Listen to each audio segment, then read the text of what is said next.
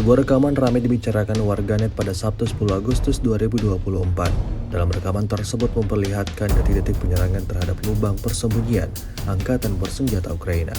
Militer Rusia setiap harinya terus meluncurkan serangan-serangan mematikan terhadap titik pertahanan musuhnya.